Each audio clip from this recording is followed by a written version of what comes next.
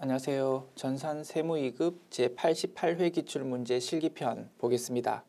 회사 이름 주식회사 반도전자랍니다. 출발합시다. 문제 1번 일반전표 입력 메뉴 문제입니다. 1번 문항 1월 15일 영업사원 직무 교육에 대한 강사료 350만 원을 지급하고 원전징수했다. 강사료는 원전징수세액, 지방소득세 포함해서 115,500원을 차감하고 보통예금 계좌에서 이체하였답니다. 교육에 대한 강사료 지급했다고요? 차변, 교육훈련비, 코드번호, 영업사원이니까 800번대 코드 입력하면 되고, 강사료에 대해서 소득세법상 사업소득 또는 기타 소득으로 원정징수할 거다, 그지? 그 금액에 대해서 예수금으로 회계 처리하면 될 겁니다. 입력합니다. 일반전표 입력 메뉴 열어서 1월 15일 자, 차변 교육훈련비 코드번호 800번대 코드 금액은 350만 원 대변의 예수금 115,500 나머지는 돈을 보통예금으로 지급했답니다. 입력 완료. 2번 문항 3월 24일 회사가 보유하고 있던 매도 가능 증권 투자자산에 해당한답니다. 요거를 다음과 같은 조건으로 처분하고 대금은 현금으로 회수했다. 단 정기 기말평가는 일반 기업회계 기준에 따라서 처리했대요. 작년도에 매도 가능 증권 취득했거든. 작년도 말에 평가손익을 인식했다 이겁니다. 그래 놓고 올해에 처분한답니다. 우리 연습 많이 했던 거다, 그지? 별표 쳐서 잘 연습해 두시고, 자, 작년도 말에 400만 원만큼 주가가 떨어지는 바람에 평가 손실 인식했을 거야. 그 평가 손실은 수익 비용이 아니고 재무상태표에 그대로 남아있는 기타 포괄손익 누계액이다 이겁니다. 그러다 보니까 처분손익 인식할 때는 처분가액이랑 뭐랑 애당초 취득원가랑 비교해가지고 처분손익을 인식하게 된다고 했다 이겁니다. 그죠? 참고로 작년도 말의 재무상태표 봅시다. 작년도 말에 주가가 400만 원 떨어지는 바람에 기말수정 분계를 대변의 매도 가능 증권 자산의 감소, 차변의 매도 가능 증권 평가 손실 이렇게 회계 처리했었다 이겁니다. 그렇게 하고 나면 매도 가능 증권 평가 손실이 기타 포괄손익 누계이기 때문에 기타 포괄손익 누계액이기 때문에 재무상태표에 그대로 남아있다 이겁니다. 자, 자산에 기록되는 매도 가능 증권은 금액이 얼마가 된다고요? 2,400만 원. 동그라미 6개 M으로 표시할게. 자, 자본 항목에 있는 기타 포괄손익 누계액이 뭐가 기록된다고요? 매도 가능 증권 평가 손실. 회계 처리를 차변에 했던 거를 재무상태표상 오른쪽에 나타내려고 하다 보니까 마이너스로 금액 표시한다 이겁니다. 마이너스 400만 원 이렇게 작년도 말 재무상태표가 기록될 거고 매도 가능 증권과 관련되어 있는 이 두 가지 계정 과목을 차변으로 해처모여 시키면 어떻게 된다고요? 2,400만 원 플러스 400만 원 해가지고 2,800만 원 애당초 취득 원가로 귀결된다 이겁니다. 그지? 이런 상태였는데 재무상태표가 요 매도가능 증권을 처분했답니다. 그럼 어떻게 됩니까? 차변에 처분가액 적어주고요. 2,600만 원. 뭐 돈 뭘로 받았습니까? 현금. 그 다음에 대변에 매도가능 증권 2,400만 원 없애면서 그에 딸리는 꼬리표 매도가능 증권 평가 손실도 없앤다 이겁니다. 그지? 매도가능 증권 평가 손실 400만 원 이렇게 없앤다. 애당초 차변으로 회계 처리되었던 거를 없애니까 대변에 기록하는 거다 이겁니다. 그래서 2,400만 원, 400만 원 합하면 애당초 취득원가 2,800만 원이 딱 될 거다. 그래서 2,600만 원, 2,800만 원 비교해서 2,800만 원짜리를 2,600만 원에 팔았으니까 손해봤다 이겁니다. 200만 원만큼을 차변 쪽에 매도 가는 증권 평가 손실로 회계 처리하면 된다. 이렇게 자세하게 분석 다시 한번 해 보았다. 됐죠? 자, 입력합니다. 3월 24일. 차변부터 기록하자. 자, 현금으로 돈 얼마 받았다고요? 차변부터 기록하자. 현금으로 돈 2,600만 원 받았어. 자, 대변에 매도 가능 증권 적어주고, 자, 코드번호 실수하면 안 된다, 그지? 분석 잘 해놓고 코드번호 잘못 끌고 와서 감점되면 얼마나 억울하겠습니까, 그죠? 투자 자산이니까 아래쪽에 있는 178번 코드번호로 회계 처리한다. 금액 2,400만 원. 그리고 대변에 매도 가능 증권 평가 손실이라는 기타 포괄수 누계액도 적어서 없애줘야 된다, 그지? 얼마? 400만 원. 그리고 차변에 매도 가능 증권 처분 손실 이렇게 기록하면 입력 완료. 3번 문항 6월 11일 당사는 확정급여형, DB형 퇴직연금을 가입하고 있다. 가입한 퇴직연금에 대한 이자 15만 원이 퇴직연금 계좌로 입금이 되었다. DB형의 경우 실제 직원이 퇴직할 때까지 회사의 퇴직금 지급 의무가 끝나지 않는다고 했습니다. 따라서 퇴직연금에 불입한 돈에 대해서 퇴직연금 운용자산이라는 회계 처리로 회사는 계속 관리해야 된다 이겁니다. 자, 연금에 돈 불입해 놓다 보니까 이자가 생겼대요. 15만 원. 그러면 대변에 이자 수익 15만 원, 차변에 퇴직연금 운용자산 15만 원 그렇게 기록하면 되겠지 뭐. 되죠? 입력합니다. 6월 11일. 자, 대변에 이자 수익 15만 원. 차변에 그만큼 퇴직연금 운용자산이라는 자산이 늘어나는 거지, 그지? 퇴직연금 운용자산. 회사는 따박따박 퇴직연금 운용자산 계정 과목과 금액을 관리해야 된다 이겁니다. 자, 입력 끝났고요. 4번 문항 봅시다. 7월 9일 단기 투자 목적으로 주식시장에 상장되어 있는 주식회사 중앙의 주식을 주당 13,000원의 가격으로 1000주 매입했고요. 이 과정에서 카오증권에 8만 원의 수수료가 발생했다. 주식 매입과 관련한 모든 대금은 보통예금으로 이체했답니다. 단기 매매 증권의 취득 거래다, 그지?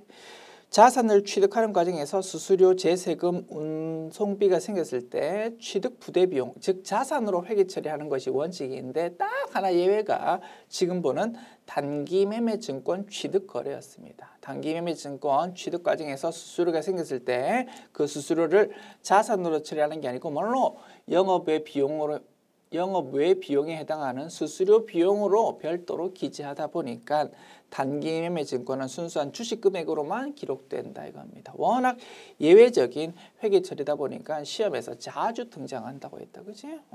그겁니다. 자, 입력합니다. 7월 9일. 자, 차변에 단기 매매 증권 기록하는데 순수한 주식 금액만 기록하는 거야. 13,000원 곱하기 1000주.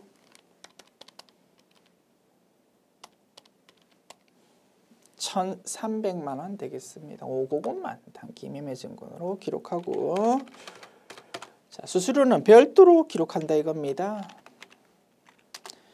코드 번호는 900번대 코드로.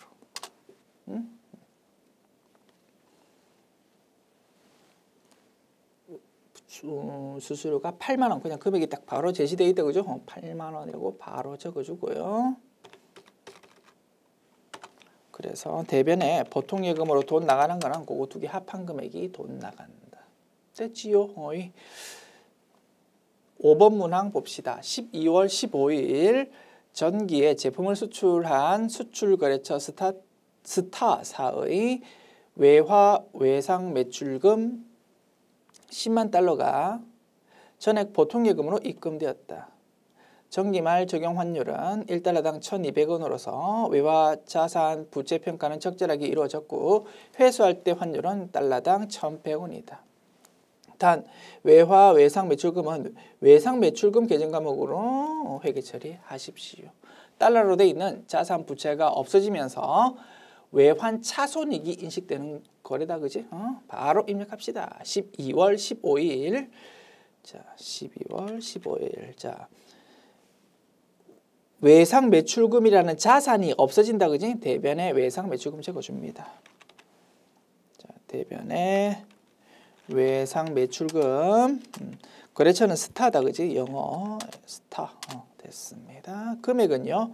자, 10만 달러에 대해서 작년도 말에 외화 환산 손익을 인식했을 거야. 그죠? 그지? 그러다 보니까 요 달러로 되어 있는 외상 매출금에 대해서 기말 장부 금액은 얼마로 바뀌었겠습니까? 작년도 말에 1200 곱하기 10만 달러 금액으로 딱 장부 금액이 바뀌었을 거다 이겁니다. 그게 올해로 넘어온 거야. 그게 없어진다 이겁니다. 그지? 10만 달러 곱하기 1200 하면 1억 2천만 원 계산되네요. 그거를 대변에 적어서 없앱니다.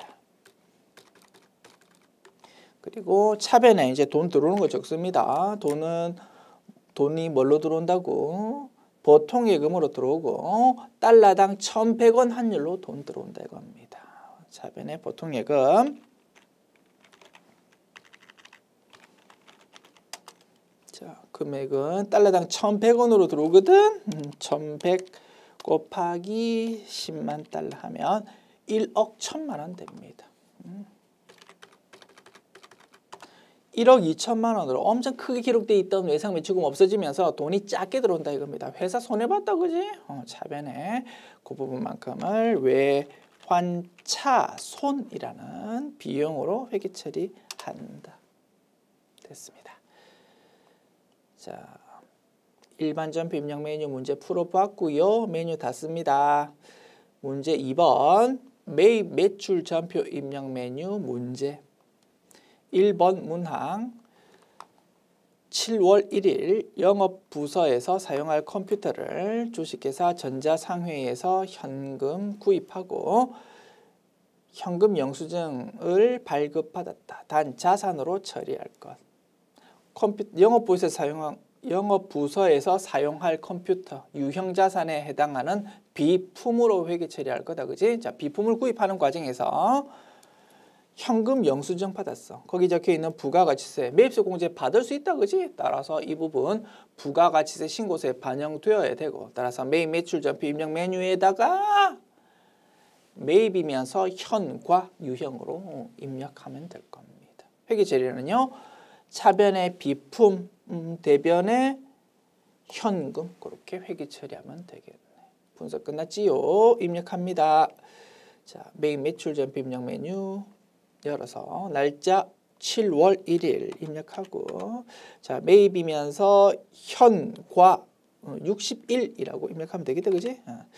자, 현금 영수증 거래, 신용카드 매출전표 거래의 경우 공급가액란에 부가가치세 포함되어 있는 금액을 입력한 다음 엔터키 치면 물건값 부가가치세가 자동으로 싹 갈라지더라. 그지?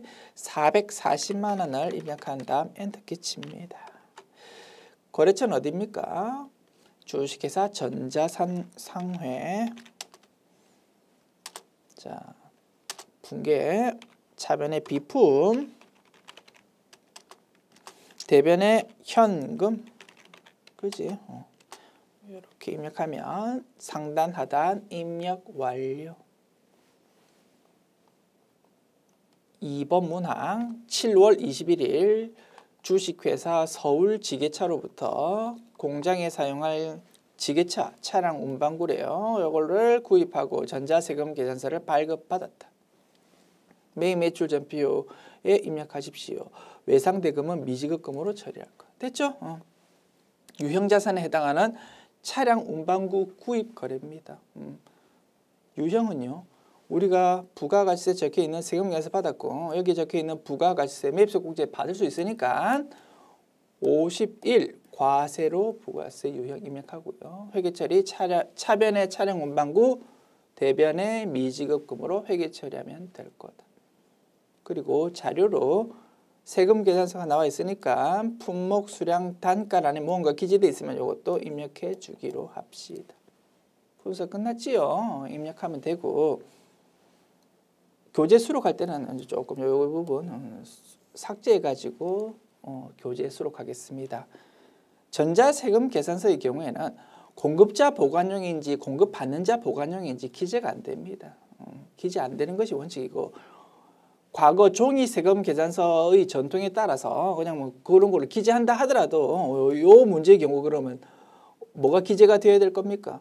우리가 지금 지게차를 파는 게 아니고 구입하는 거다, 그지? 그러면 굳이 뭐 이런 내용을 적는다면 공급받는 자 보관용 뭐 이렇게 해야 조금 더 적절한 이름이 될 거야, 그지? 그러니까 필요 없는 이름일 뿐더러 엉터리로 지금 기재되어 있으니까 이름이, 그지? 이 부분 삭제해서 교재 수록할게요. 됐습니다. 자, 입력할게요. 자, 날짜 7월 21일. 유형 50일 과세. 자, 품목이 뭐라고요? 지게차 수량 1 단가 3,500만 원.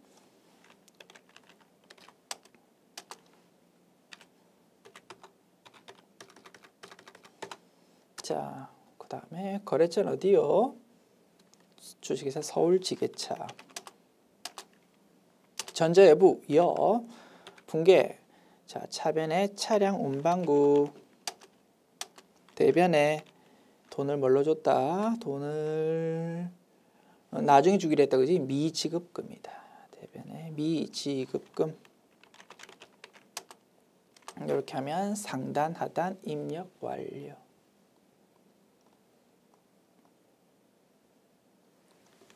(3번) 문항 8월 9일 미국의 벤토사로부터 수입한 상품과 관련해서 부산 세관으로부터 과세표준 3천만 원 부가가치세 별도의 수입 전자세금 계산서를 받았고요. 관련 부가가치세는 보통예금으로 돈 주었다.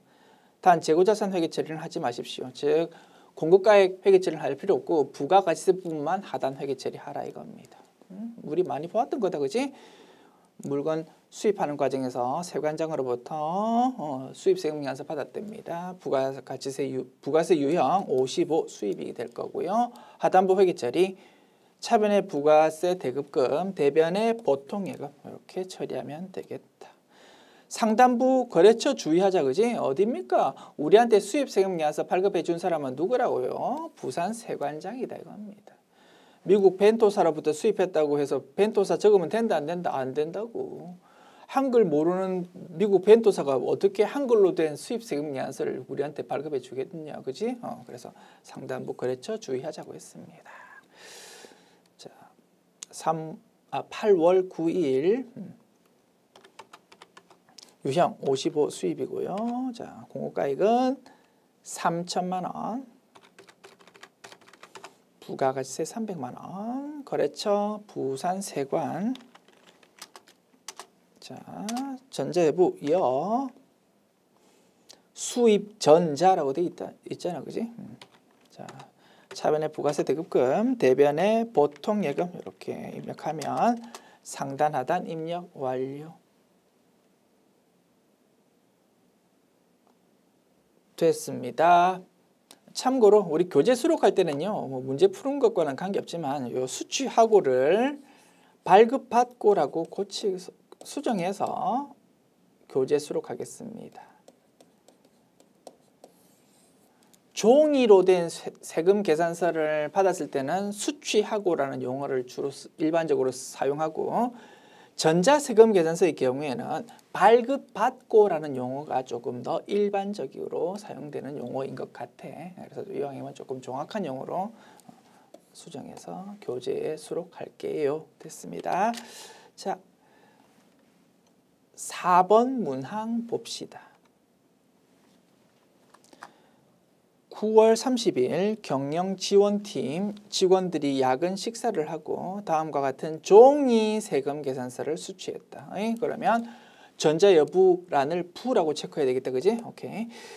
제2기 부가가치세 예정 신고 시 해당 세금 계산서를 누락해서 제2기 확정 신고 부가가치세 신고서에 반영하려고 한다. 반드시 해당 세금 계산서를 제2기 확정 신고 기간의 부가가치세 신고서에 반영시킬 수 있도록 입력 설정하십시오. 외상대금은 미지급금으로 처리하래요. 됐죠? 우리가 야근 식사하면서 밥 먹으면서 그러면 뭐 재화용료 구입이다, 그지? 재화용료 구입하면서 세금 계산서 받았고 거기 적혀있는 부가가치세 매입세 공제 받을 수 있다, 그지? 따라서 부가세 유형 51 과세로 입력하면 될 거고 회계 처리는요. 차변의 복리후생비 경영지원팀이니까 800번대 코드, 대변은 돈 나중에 주기로 했으니까 미지급금으로 회계 처리하면 될 겁니다. 됐죠? 입력합니다. 9월 30일 50일 과세 품목 수량 단가 적어주자, 그지? 품목 야근 식대 수량은 1, 단가는 공란이네요. 자, 공급가액은 100만원, 부가세 10만원, 거래처는 어디요? 남해식당.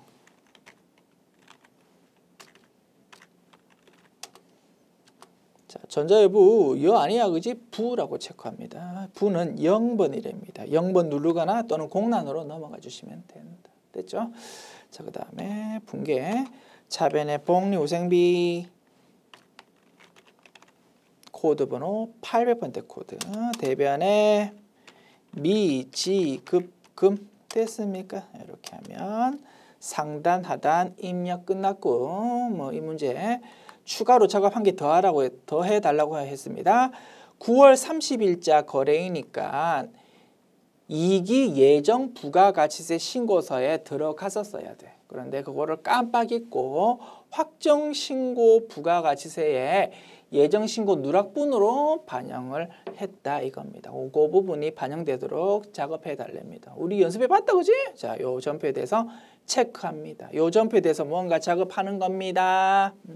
그리고 상단부에 여러 가지 도구 버튼이 있는데 그 중에서 간편 집계라고 보인다, 그지? 그 옆에 역삼각형이 있습니다. 여러 가지 기능들을 좀 더 보고 싶다 이겁니다. 쭉 클릭해 보면 여러 가지 추가 기능들이 있는데 그 중에서 예정 누락분이라고 보인다, 그지? 요거를 클릭한다 이겁니다. 요거가 9월 30일 즉 예정 신고 기간 거래인데 요거를 확정 신고서에 반영하겠다고요?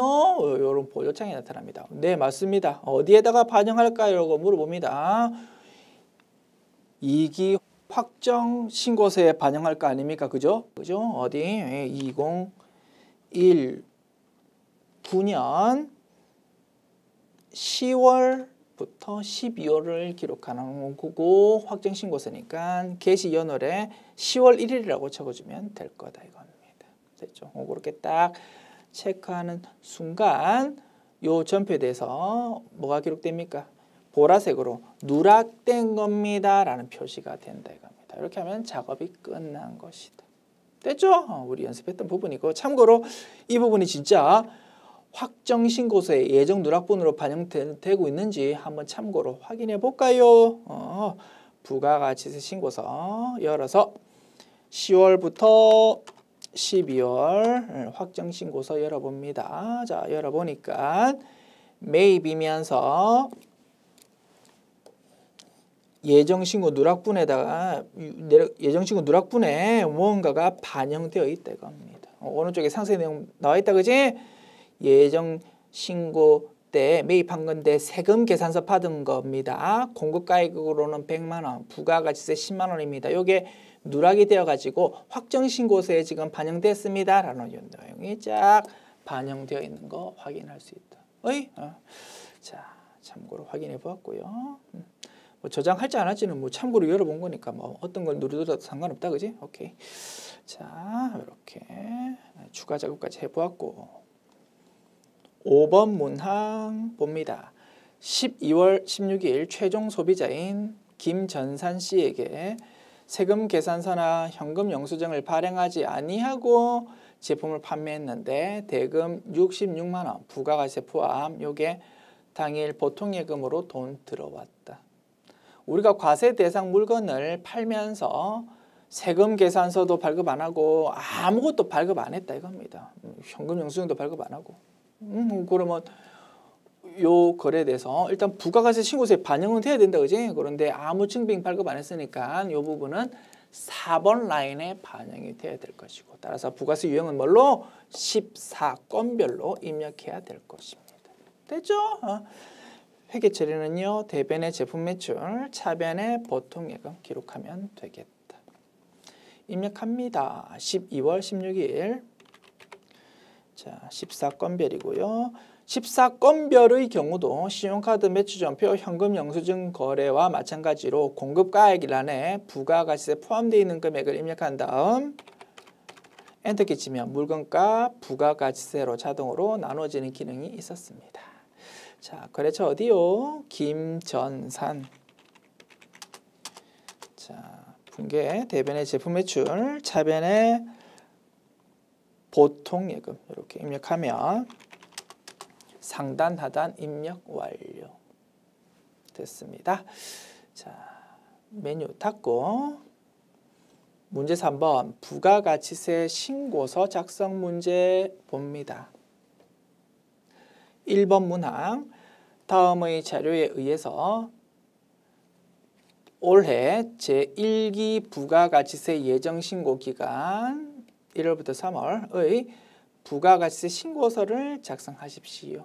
단, 과세표준 명세의 입력 및 신고서 이외의 부속서류 작성은 생략하십시오. 됐습니다. 자료 보면서 바로바로 입력할게요. 부가가치세 신고서 메뉴 열어서 1기 예정기간 1월부터 3월. 자, 하나씩 입력하자. 매출 내역, 신용카드 매출전표의 발행 2750000원이고 부가가치세 포함되어 있답니다. 요거 3번 라인에 반영하면 되고, 자, 2750000 나누기 1.1 하면 2,500만 원이 공급가액으로 계산된다, 그지? 2,500만 원 적어주고 나머지 250만 원은 부가가치세였다. 그 다음 현금 매출 220만 원 부가가치세 포함되어 있는 금액이랍니다. 이는 전액 현금 영수증 미발행된 거고 소비자와의 거래로서 현금 영수증 의무 발행 업종은 아니랍니다. 물건 팔면서 제품 팔면서 현금만 홀랑 받고 증빙 아무것도 발급 안 했다 이겁니다. 그러나 이 부분에 대해서 가산세는 낼 필요 없습니다 라는 의미의 부연 설명이 쭉 나와 있다. 됐지요? 그러면 이 부분은 과세면서 기타 4번 라인에 반영하면 되고 가산세는 신경 쓸 필요 없겠다. 됐죠? 자, 220만 원에 대해서 그러면 부가세 포함되어 있는 거니까 공급가액은 200만 원 되겠다. 그지? 200만 원, 20만 원 이렇게 나누어서 기재하고 전자세금 계산서 발급한 거랍니다. 2억 5천만 원 부가가세 별도래요. 이중 공급가액 3천만 원 공급시기 2월 15일 요거는 발급 시기를 경과해서 3월 20일에 전자세금 계산서 발급했답니다. 자, 2억 5천만 원에 대해서는 매출이면서 전자세금 계산서 발급했고 부가세도 포함되는 거래다, 그죠? 그러면 과세면서 세금 계산서 발급은 1번 라인에 적어주면 되겠습니다. 2억 5천만 원. 자, 그리고 가산세 하나 내야 되겠다, 그지? 전자세금 계산서 지연 발급 가산세. 2월 15일 거래는 아무리 늦어도 다음 달 10일, 즉 3월 10일까지는 발급해야 되는데 그거보다 늦었다 이겁니다. 그러나 늦기는 늦었지만 확정 신고 기한보다는 빠르다, 그지? 따라서 이 부분은 미발급은 아니고 지연 발급이다 이겁니다. 1% 가산세 내자. 1% 가산세 바로 지금 기록할까요? 자, 가산세 중에서 자, 지연 발급이래. 62번이라고 되어 있는 라인에 적어준다. 3천만 원에 대해서 1% 30만 원으로 자동 계산된다, 그지? 요거를 가산세 내야 된다. 됐습니다. 자, 매입 내역 요 상태에서 계속 봅시다. 자, 매입 내역 세금 계산서 수취분 공급가액 1억 8천만 원, 부가가세 1,800만 원. 이 중 업무용 소형 승용차 1,500cc 5인승의 공급가액이 2,500만 원, 부가가세 250만 원. 기계장치의 공급가액 1,300만 원, 부가가세 130만 원이 포함되어 있답니다. 요 중에서. 자, 업무용 소형 승용차 기계장치는 뭡니까? 감가상각 대상인 유형, 무형자산에 해당하는, 즉 고정자산에 해당하는 부분이므로 일반 매입이 아니고 고정자산 매입 쪽에다가 적어준다, 그지? 그러면 1억 8천만 원에서 2,500만 원과 1,300만 원을 뺀 142000000만 세형연수 수치분 중에서 일반 매입 여기 10번 라인에 적어줄 것이고, 부가가치세는 그 금액의 10%니까 1420000 되겠다, 그지? 그리고 11번 라인 고정자산 매입 쪽에는 2,500만 원과 1,300만 원 합한 3,800만 원을 적어줍니다, 그지? 그리고 부가가치세는 380만 원 될 것이다. 그리고 고정자산 매입 중에서 업무용 소형 승용차 1,500cc 5인승짜리가 하나 있다, 그지? 이거는 업무용은 업무용이지만 비영업용 소형 승용차에 해당한다 이겁니다. 따라서 이 부분은 매입세 공제에 못 받는다, 그지? 그래서 요거는 16번 라인에 다시 반영시켜야 돼. 16번 라인의 내용은 오른쪽에 상세 내용 적어준다, 그지? 50번 라인에 2,500만 원과 250만 원을 적어주면 되겠다. 됐습니다. 자, 그러면 제시된 내용 모두 입력 끝났고요. 오케이. 가산세까지 입력 끝났으니까 이 상태가 이제 완성된 상황일 겁니다. 됐죠? 그렇게 해서 맨 아래쪽 결론값이 1,250만 원 뭐 이렇게 표시되네요. 이렇게 하면 되고, 이제 참고로 뭐 채점 대상은 아니지만 3번 라인에 뭔가 금액이 기재되면 그 금액의 곱하기 1.1 한 금액을 19번 라인에 적어주기로 했다, 그죠? 이렇게 하면 조금 더 정확한 답안 작성이 될 겁니다. 2,750만 원 됐습니다. 여기까지 우리는 입력해 주기로 연습했다, 그죠? 이렇게 하면 오케이, 최종 완성. 저장할까요? 예, 클릭하고요. 넘어갑니다. 2번 문항 봅시다. 다음의 자료를 이용해서 올해 1기 확정신고 기간에 대한 건물 등 감가상각 자산 취득 명세서를 작성하랍니다. 우리 이런 소식은 본 적 없다, 그지? 자, 시험을 치다 보면 우리가 접하지 못했던 생소한 내용에 가끔 이렇게 등장하는 경우가 있어. 어떻게 하면 됩니까? 우리가 알고 있는 내용만 그냥 자신감 있게 입력하고 넘어가면 되는 거야. 자, 요 소식은 사실 이제 부가세 신고서 작성할 때 요러한 부속 서류도 제출하랍니다. 별게 아니고 우리 매입에 대해서 일반 매입인지 고정자산 매입인지 구분해서 기재한다고 했습니다. 그 이유는 뭐라고요? 고정자산 매입이 있으면 조기 환급을 받을 수 있기 때문이다 이겁니다.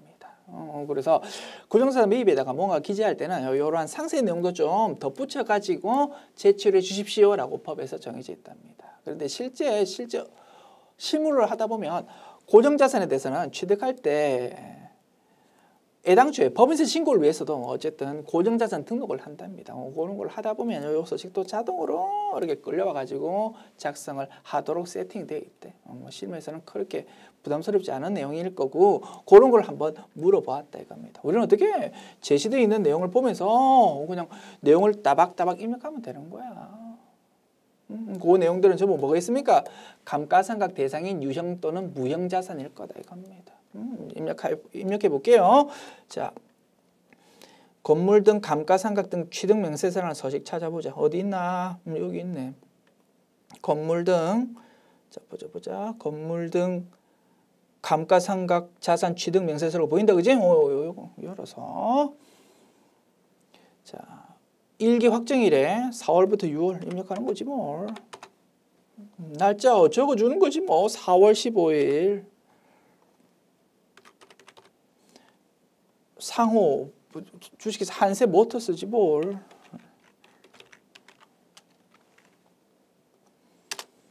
자, 고르라고 했습니다. 보니까 뭐 전부 감가상각 대상 유형 무형 자산이네. 자, 보자. 업무용 승용차 2000cc를 구입했답니다. 세금 연수 수취한 거래요. 뭡니까? 차량 운반구지 뭐. 사실은 따져보면 매입세 부공제 되는 거다, 그지? 비영업용 소형승용차에 해당하니까. 그렇지만 어쨌든 감가상각 대상 유형 또는 무형 자산에 해당하니까 어쨌든 요 서식에는 기재한다 이겁니다. 왜 요 매입에 대해서 일단 고정자산 매입으로는 기록할 거 아닙니까, 그지? 그 뜻이겠지. 자, 차량 운반거라고 이렇게 선택해주고, 자, 공급가액은 3천만 원 그리고 부가세 300만 원 적어주는 겁니다. 그다음 0418 상호는 한세기계. 자, 한세기계 공장에서 사용할 포장용 기계 구입이랍니다. 뭐 선택하면 됩니까? 기계장치. 금액은 2,500만 원. 됐지요? 그 다음 0430 자, 영업부 환경 개선을 위해 에어컨 구입했답니다. 비품이지 뭐, 그지?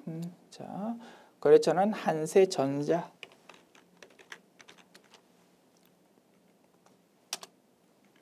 비품이니까 기타라고 선택하면 되겠다, 그지? 300만 원. 이렇게 하면 요 서식 작성 끝난 거래요. 어렵지 않죠? 그래서 가끔 생소한 거 등장할 수 있어. 괜찮아. 알고 있는 대로 다 입력하면 돼. 뭐 혹시 뭐 감점 좀 되면 어때? 그래도 합격한 내 지장 없다. 됐죠? 그 부분 꼭 말씀드리고 싶습니다. 자, 내용 저장하고 메뉴 닫습니다. 문제 4번 결산 1번 문항 8월 1일 임차인인 주식회사 최강 상사로부터 6개월 동안의 임대료 360만 원, 올해 8월 1일부터 내년 1월 말까지를 미리 받고 임대료를 받은 날에 전액 임대료 계정 과목, 영업의 비용이다, 그지? 이걸로 계상했답니다. 단 월할 계산하고 회계 처리 시 음수로 입력하지 말래요. 임대료 6개월치 받으면서 전부 다 그거를 올해 수익으로 회계 처리했는데 알고 봤더니 내년분이 섞여 있다 이겁니다. 이 부분은 선수 수익이라는 부채로 고쳐야 될 거다 이겁니다. 됐죠? 자, 360만 원이 자 8, 9, 10, 11, 12, 1, 6개월치거든요. 자, 360만 원 나누기 6 하면 한 달치가 60만 원입니다.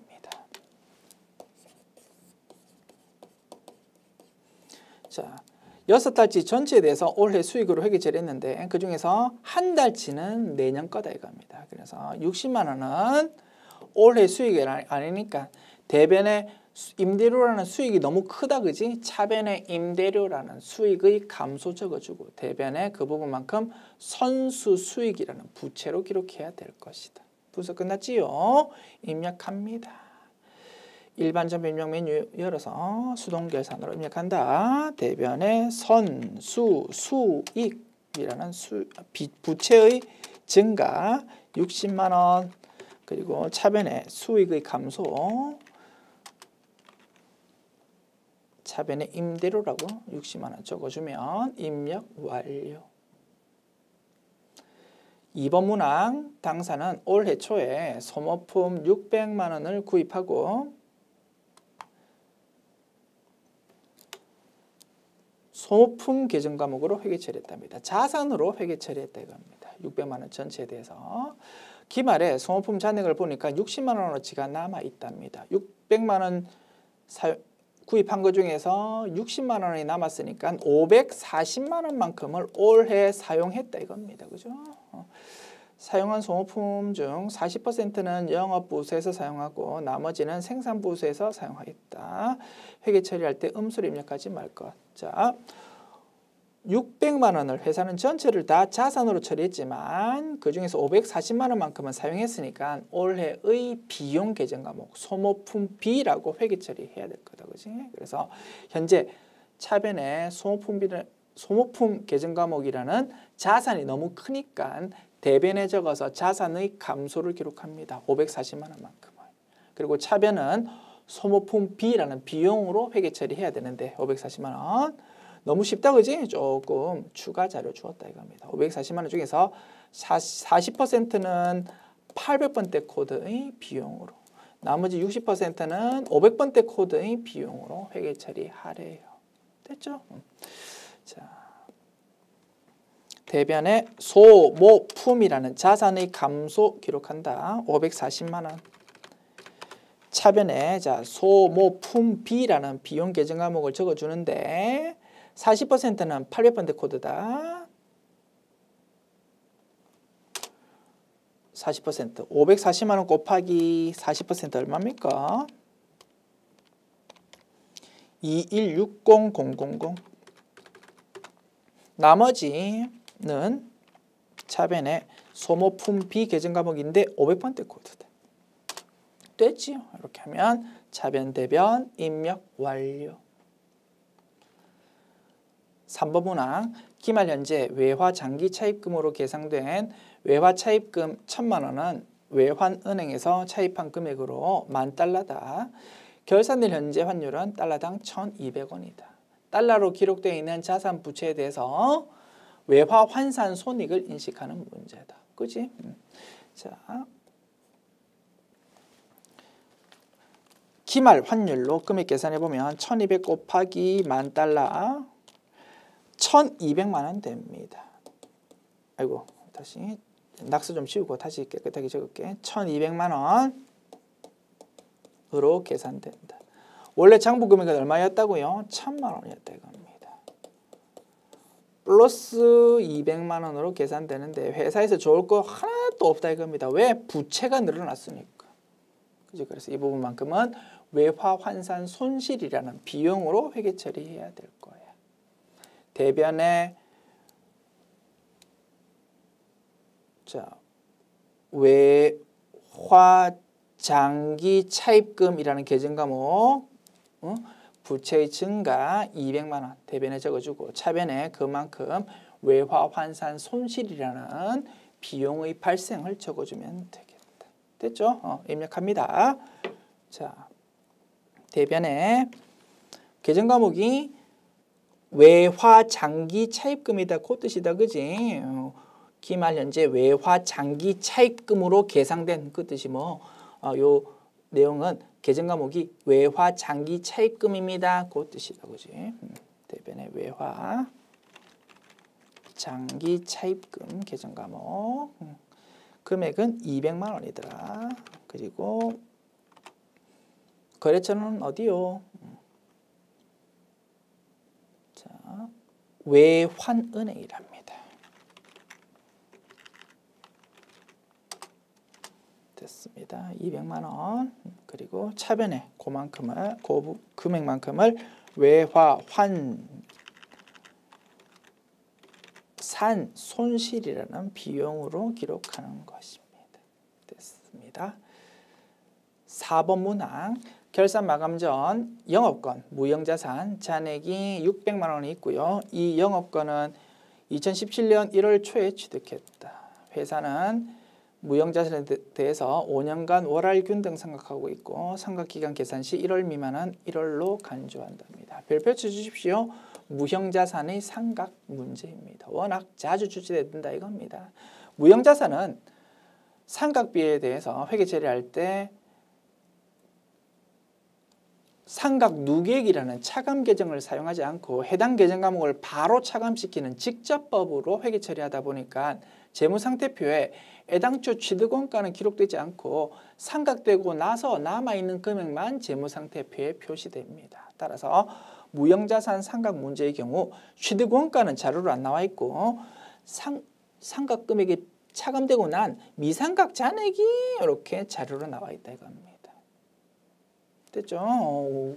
자, 상각금액 계산해 보자.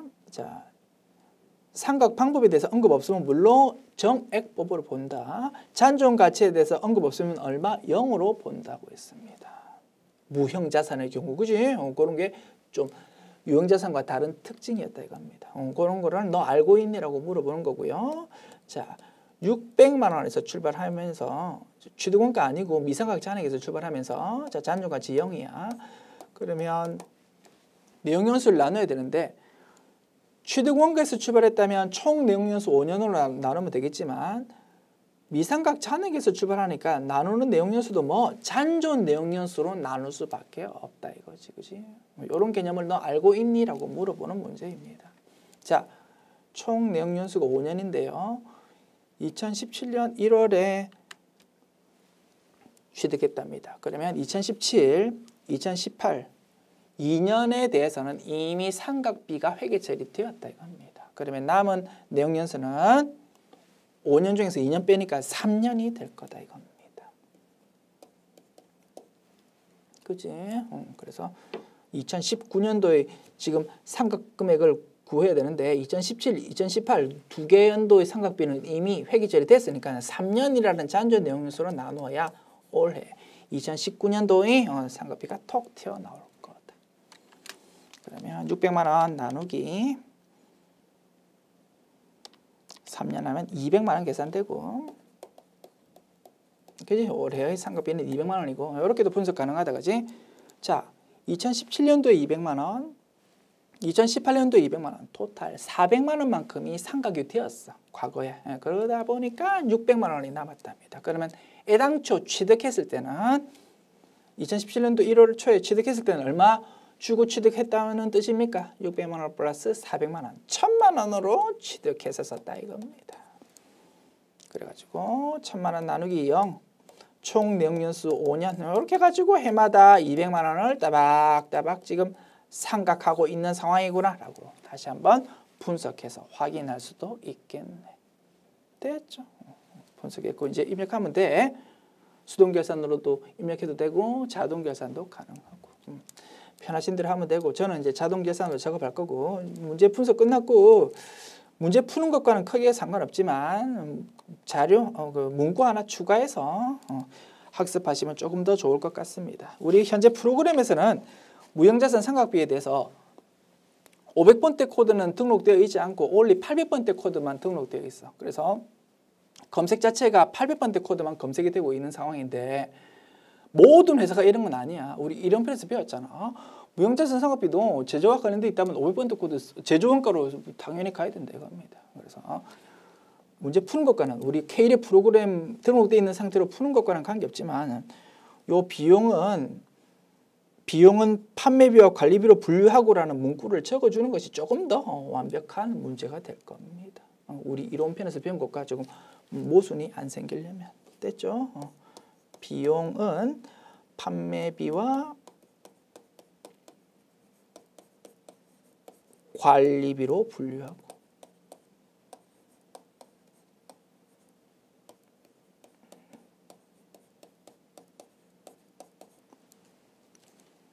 되죠. 이 문구를 이 앞에 끼워 넣어서 학습하여 주십시오.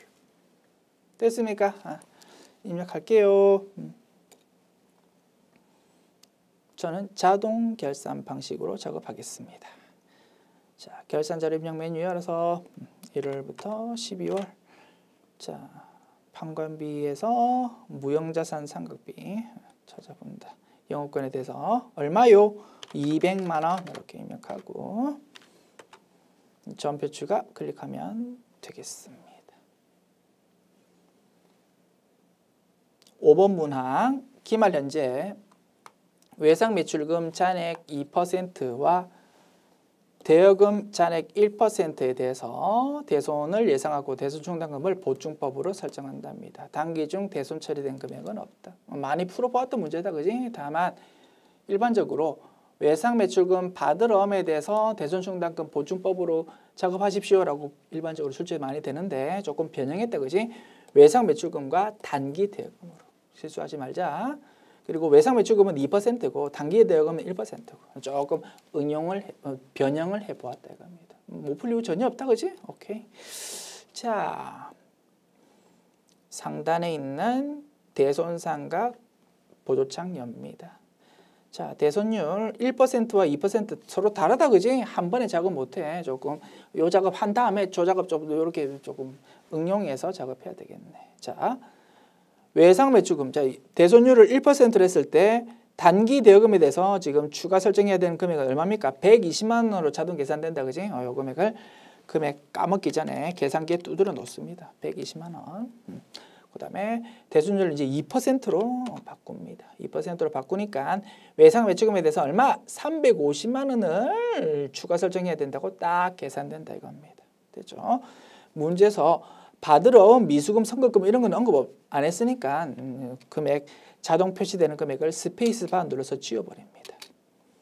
그리고 단기 대여금은 현재 금액 나와 있는 거는 대손율 2%인데 2% 아니고 1%로 바꿔야 된다, 그지? 금액 얼마였다고? 120만 원이었다고.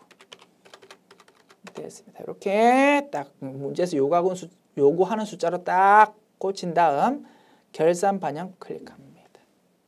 그러면 그 내용이 하단부 본 화면 하단부에 쫙 자동으로 기재될 거야. 외상 매출금에 대해서는 350만 원. 그리고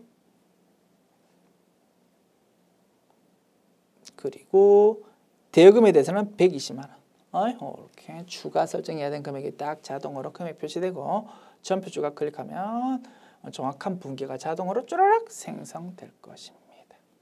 됐죠? 참고로 일반전 비명 메뉴 와가지고 5번 문항에서 요구하고 있는 분기에 잘 반영되었는지 참고로 확인해 봅니다. 새로 고침 버튼 눌러볼게. 자, 아래쪽에 쭉 가보면 그지? 800번대 코드인 대손 삼각비로 350만 원. 109 대손 충당금은 뭐에 대한 거? 외상 매출금에 대한 거겠지 뭐. 그리고 판관비 아니야. 영업 외 비용에 해당하는 기타의 대손 삼각비. 900번대 코드잖아, 그지? 120만 원. 그 대손 충당금은 대금에 대한 대손 충당금이겠지 뭐. 됐습니다. 이렇게 잘 반영되어 있는 것까지 참고로 확인해 보았습니다. 됐습니다. 자, 결산 문제까지 풀었고요. 열려있는 메뉴 전부 다 씁니다. 문제 5번 원천징수 문제 봅니다. 1번 문항 다음 자료를 이용해서 영업직 사원 김영수 씨 4번 201번의 필요한 수당과 8월분 급여 자료를 입력하고 수당 공제 항목은 불러온 자료를 무시하고 아래 자료에 따라 입력하고 사용하는 수당 이외의 항목은 부로 체크해서 보이지 않게 만들어라. 원천지수 이행상황 신고서를 작성하십시오. 급여 자료 입력하고 원천지수 이행상황 신고서 작성하고 두 가지 작업을 해야 되겠다, 그지? 전월 미환급세액은 30만 원이 있다. 원천징수 상황 신고서는 매월 작성하고 김영수 씨의 급여 내용만 반영한답니다. 자, 메뉴 엽니다. 자, 원천징수 모듈에서 급여 자료 입력 메뉴 연다. 자, 몇 월 급여? 8월 급여고요. 8월 31일이 급여 지급일이네. 자, 김영수에 대해서 입력하는 거야. 자, 수당 공제 버튼 눌러서 비과세 표시 여부 체크합니다.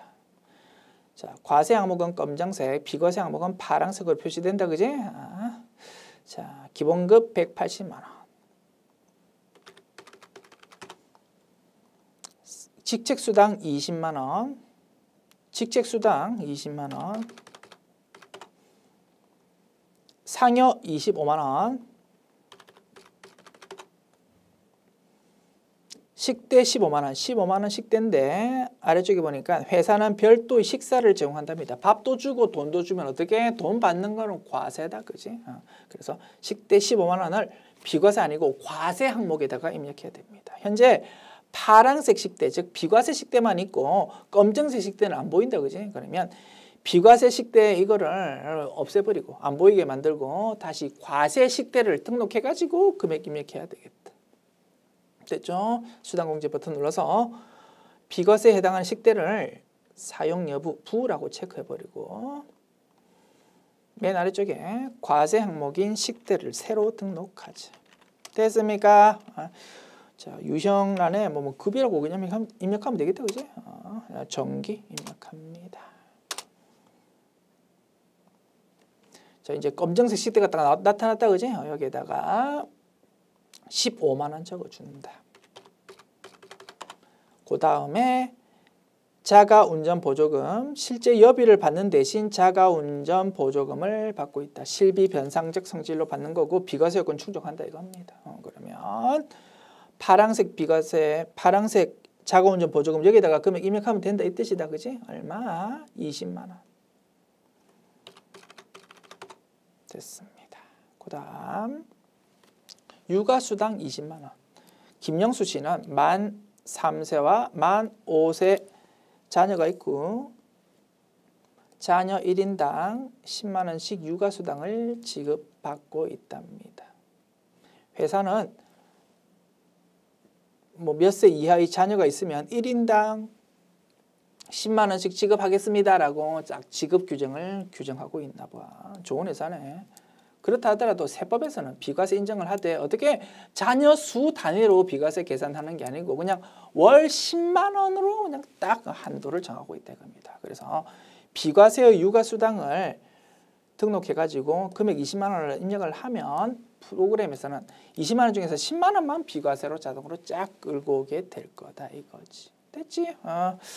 자, 그래서 우리 전산 세무시험에서 가끔 건드리는 것 같아. 육아수당에 대해서 뭐 자녀가 2명이 있으면 20만 원, 3명이 있으면 30만 원 줍니다라고 딱 이렇게 가끔씩 자료가 나오지만 세법에서는 어떻게 6세 이하 자녀 있을 때 자녀 수 상관없이 그냥 월 10만 원으로 딱 한도를 규정하고 있다 이겁니다. 됐습니다. 자, 육아수당 등록합니다. 비과세로 등록을 해. 육아수당 검색해 보니까 그지 있잖아 그지 있는데 한도가 딱 프로그램에 세팅되어 있다 이겁니다. 월 10만 원으로 됐습니다. 그래서 20만 원 일단 입력하지만 그 중에서 10만 원만 비과세로 집게 될 거다. 됐습니다. 자, 급여 항목 전부 다 입력했고 자, 사용하지 않는 거 부라고 체크해서 안 보이게 해달라고 했다 그지? 월차 수당이랑 야간 근로수당은 부라고 체크합시다. 월차 수당 사용 여부 부, 야간 근로수당 부라고 체크. 됐습니다. 이렇게 하면 문제에서 요구하고 있는 상황으로 딱 만들었고요. 자, 참고로 채점은 요걸로 하는 겁니다. 과세 항목으로 끌려온 금액, 비과세로 끌려온 금액이 맞는지 요걸로 채점하는 거야. 자, 비과세 금액 30만 원은 어떤 금액이 끌려온 겁니까? 자가운전 보조금 20만 원 끌려오는 거야. 그리고 육아수당 중에서는 얼마만? 10만 원만 비과세로 끌려온다. 그래서 30만 원이 끌려오는 거고요. 나머지 금액은 과세로 딱 집게 됩니다. 됐습니다. 자, 그리고 원천징수 이행상황 신고서도 작성해야 되는 문제니까 자, 비과세에 대해서도 제출인지 미제출인지 한번 확인해 봅니다. 자, 비과세가 30만 원으로 집계되었는데 그 금액에 대해서 조금 더 자세히 보면 10만 원은 제출 비과세고 20만 원은 미제출 비과세랍니다. 즉 자가운전 보조금 20만 원은 제출할 필요 없는 거야. 그런데 육아수당 10만 원은 제출해야 되는 비과세다 이거지. 그래서 원천징수 이행상황 신고서에 총 지급액으로 끌려오는 금액은 얼마가 될 거라고요? 과세 금액인 250만 원이랑 비과세 중에서 제출인 10만 원이랑 합한 260만 원이 아마 원천징수 이행상황 신고서의 총 지급액으로 끌려오게 될 거예요. 됐죠? 뭐 그런 부분도 우리 알고 있으면 좋겠다고 했습니다. 자, 공제 항목 적어줍니다. 자, 소득세 5만 원, 지방소득세 5천 원, 5만 원, 지방소득세 5천 원. 그 다음에 고용보험 16250 됐고, 국민연금 112500, 건강보험 80750, 장기요양 6870 됐습니다. 그래서 지급총액 2528630 됩니다. 2528630 됐죠? 이렇게 하면 급여자료 입력 메뉴 작성 끝났고, 자, 원천징수 이행상황 신고서 메뉴 엽니다. 자, 8월부터 8월까지, 지급도 8월부터 8월까지 정기 신고 이렇게 상단부 입력하면 쭉 끌려온다, 그지? 총 지급액은 우리 분석해 보았다, 그지? 260만 원으로 싹 끌려오고, 소득세 등이라고 돼 있는 데는 란에는 지방소득세 끌려오는 거 아니야. 별도 신고서식이 있다고. 여기서는 나라에 납부하는 소득세만 끌려온다. 5만 원만 끌려온다 이겁니다. 됐지? 이렇게. 물론 자동으로 끌려오고 있는 상황이지만 이렇게 금액이 어떻게 끌려오는지도 우리는 알고 있어야 될 거야. 어차피 우리는 실무해야 된다고. 그리고 시험에서도 이런 부분을 직접 또는 간접적으로 물어볼 수도 있어. 됐습니다. 자, 그래서 원천징수 이행상황신고서 자동으로 금액 끌려오는 거 보았고, 그냥 끌려만 오니까 너무 쉽다, 그지? 그래서 꼭 원천징수 이행상황신고서 메뉴에서는 전월 미환급 세액 자료가 나오더라 이겁니다. 30만 원, 이거는 하단부에 적어주면 된다, 그지? 하단부 12라고 번호 매겨져 있네. 전월 미환급 여기다가 30만 원 적어주면 되겠습니다. 그러면 숫자가 이제 이렇게 흘러가는 거지. 전월부터 미환급 세액 넘어온 게 30만 원 있었는데, 이번 달에 원천징수 해가지고 납부해야 될 게 5만 원 생겼거든. 그러다 보니까 미환급 세액은 25만 원으로 이제 결론값이 될 거다 이겁니다. 됐습니다. 자, 메뉴 닫고요. 급여자료 입력 메뉴도 닫고. 자, 마지막 2번 문항 보겠습니다.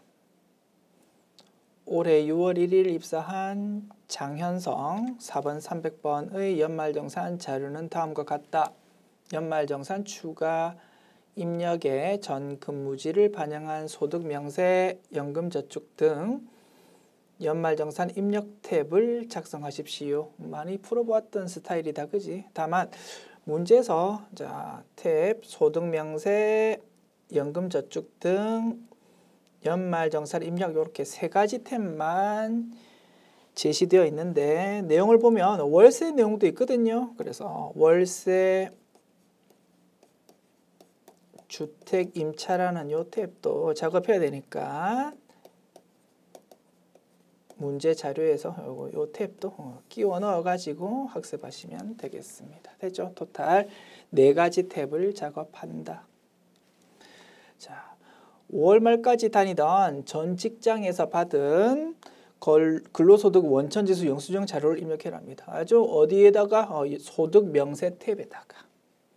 그리고 장현성 씨는 1월에 관악구 오피스텔에 월세 계약했고 월세 소득 공제 요건 충족한답니다. 이 자료를 월세 주택 임차 탭에다가 작업한다. 장현성 씨는 과세기간 종료일 현재 주택을 소유하지 아니한 세대의 세대주고 부양가족 없대요. 됐죠? 자, 전 근무지의 원천지수 영수증 자료 나와 있고요. 자, 일단 메뉴 연다. 연말정산 추가 자료 입력 메뉴. 자, 장현성 사원 플로그. 자, 소득 명세 탭 작업합시다. 전 직장 이름이 자 약간 이렇게 화면 올릴게. 자, 전 직장 이름이 주식회사 삼성전자. 자료 보면서 쭉 입력하는 거다, 그지? 자,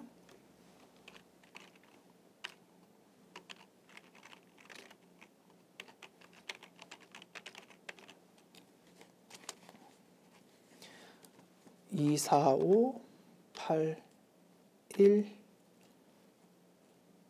2, 2, 5, 4, 7) 자, 근무기간 1월 1일부터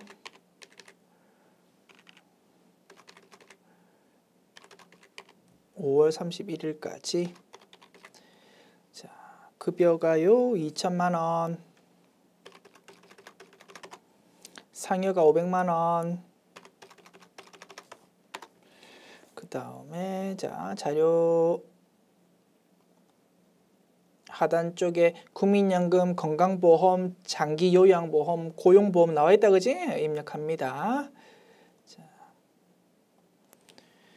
자, 건강보험이 807500, 장기요양이 68700, 고용보험이 162500, 국민연금 980000. 자, 제일 중요한 건 요거다 그지? 세액명세 부분. 결정세액, 기납부세액, 차감징수세액 세 가지 내용 나와 있는데 전 직장에서 납부한 세금은 얼마라고요? 결정세액에 적혀 있는 금액이 되겁니다. 1월부터 5월 동안 근무했는데 1월부터 5월 급여 받을 때 원천 지수했던 게 136만 원이었는데 퇴직할 때 세금 계산해 보니까 32만 원이더랍니다. 그래서 차이 금액을 퇴직할 때 다시 돌려줍니다 라는 의미였다 이겁니다. 그러면 원천 지수 이렇게 되었다가 다시 돌려받았으니까 납부한 건 얼마라고요? 32만 원 부분이 납부된 거였지 뭐. 그지? 요거를 알고 있니? 라고 물어보는 문제다. 자, 32만 원 적어주고요. 32,000원이 지방소득세 됐습니다. 자, 이제 연말정산 자료 하나씩 보면서 입력합니다. 보험료, 자동차 보험료 되고요. 전축성 보험료는 안 된다, 그지? 자동차 보험료만 입력한다.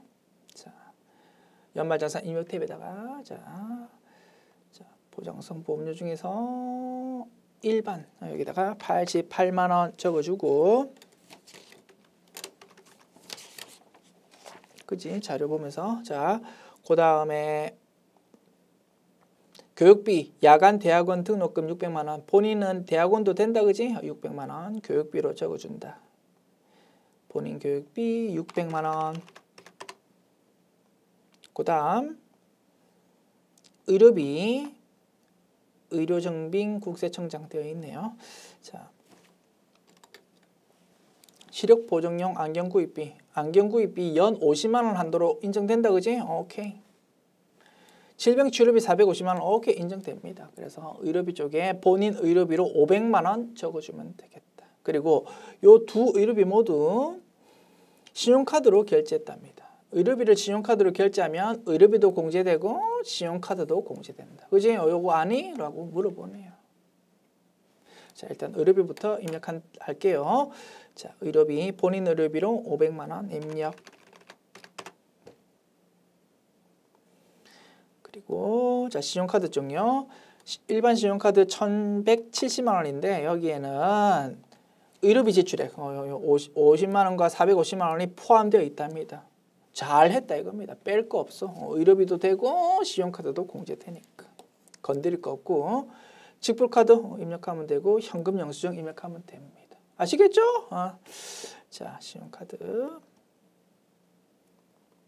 일반 신용카드로 얼마? 1,170만 원. 현금 영수증으로 120만 원. 직불카드로 1530 000 됐습니다. 그 다음에 연간 월세액 나와 있네요. 자, 월세액 자료, 월세 주택 임차 탭에다가 작업한다. 그래서 네모 1번이다, 그지? 자, 임대인 이름, 자, 자료 보면서 입력할게요. 김민수. 자, 주민등록번호가요. 47 0531 1535 487.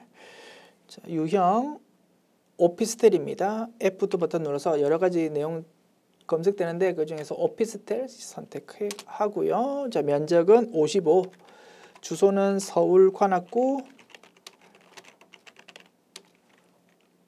관악로 155. 자, 시작일은 2019-0101 2019-1231 됐습니다. 연간 월세액이 600만 원이랍니다. 내용 그냥 그대로 입력하는 거지, 그지? 이렇게 입력하면 그 내용이 연말정산 입력 탭의 월색 쪽으로 쭉 자동으로 금액 끌려온다. 자, 퇴직연금. 자, 퇴직연금 본인 불이백이 120만 원 있답니다. 이 내용은 연금저축 등 로마자 1번 탭에다가 입력하면 된다. 그지? 자, 퇴직연금이 어디 있습니까? 퇴직연금 네모 1번에 있네. 그지? 퇴직연금. 자, 퇴직연금 구분 쪽에다가 자, 아래쪽에 안내 나와 있습니다. 퇴직연금은 1번, 과학기술인 공제에는 2번이랍니다. 1번 적어주는 거지 뭐. 됐지? 자, 금융회사는 어디요? 주식회사 우리은행이고 계좌번호 이렇답니다. 내용 적어주는 거야. 자, 코드 란에서 F2 버튼 누르면 검색되는데 우리은행 끌고 계좌번호 120-350-120 적어줍니다. 납입금액은 120만 원 적어주면 그 내용 역시 연말정산 입력 탭으로 쭉 끌려올 것이다. 그지? 자, 근로자 퇴직연금이라고 되어 있는 이쪽에 쭉 금액이 끌려오는 거 확인할 수 있습니다. 됐습니다. 이렇게 하면 자, 지시된 내용 모두 입력 끝났고요. 자, 지금까지 제88회 기출문제 풀어보았습니다. 수고하셨습니다.